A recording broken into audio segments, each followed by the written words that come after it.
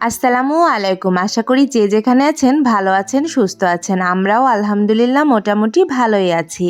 আজ হঠাৎ বিকাল থেকেই বৃষ্টি শুরু হয়েছে। এদিকে আবার আমার বর বৃষ্টি দেখে যাওয়ার সময় বলে গেল আজ রাতের খাবারে একটু খিচুড়ি রান্না করো। কিন্তু দুপুরের খাবারের আজ বেশ খানিকটা ডাল ভাত রয়ে গেছে।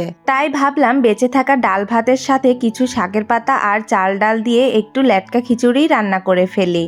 তাহলে সবার খাওয়াও হয়ে যাবে আর খাবার দুটো ফ্রিজে রেখে বাসিও হয়ে যাবে না। এদিকে বাসার সবাই লেটকা খিচুড়িটা খেতে বেশ পছন্দ করে। তাই বিকালে ছাতি মাথায় দিয়ে ছাদ থেকে কিছু পুঁইশাকের পাতা, কিছু মিষ্টি কুমড়োর পাতা আর সাদা শাক তুলে নিয়ে এসেছিলাম। এই যে এগুলোই আমার গাছের তরতাজা শাক। নিজেদের গাছের জিনিস ছিঁড়ে খাওয়ার কিন্তু একটা মজাই আলাদা, তাই না? আপনারা কি কেউ কখনো আমার মতো বাসি ভাত ডাল দিয়ে লেটকা খিচুড়ি বানিয়ে খেয়েছেন? যে সব আপুরা আমার ভিডিও দেখেন তারা বাসায় কিভাবে লেটকা খিচুড়িটা রান্না করেন আমাকে কমেন্ট করে জানাতে পারেন। তাহলে আমিও রান্নার নতুন কিছু আইডিয়া পাবো। আসলে আমার বিভিন্নভাবে নতুন নতুন রান্না করতে খুব ভালো লাগে।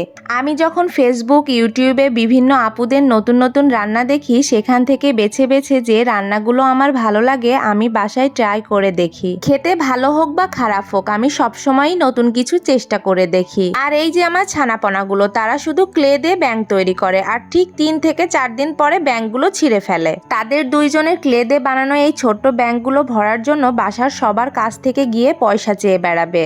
এটা ওদের একটা খেলা হয়ে দাঁড়িয়েছে। আমার অবশ্য ওদের এই খেলাটা দেখে খুবই বিরক্ত লাগে। আপনাদের সঙ্গে গল্প করতে করতে এদিকে আমার খিচুড়িটাও প্রায় হয়ে এসেছে। একটু পরেই সবাইকে খেতে দিয়ে দিব।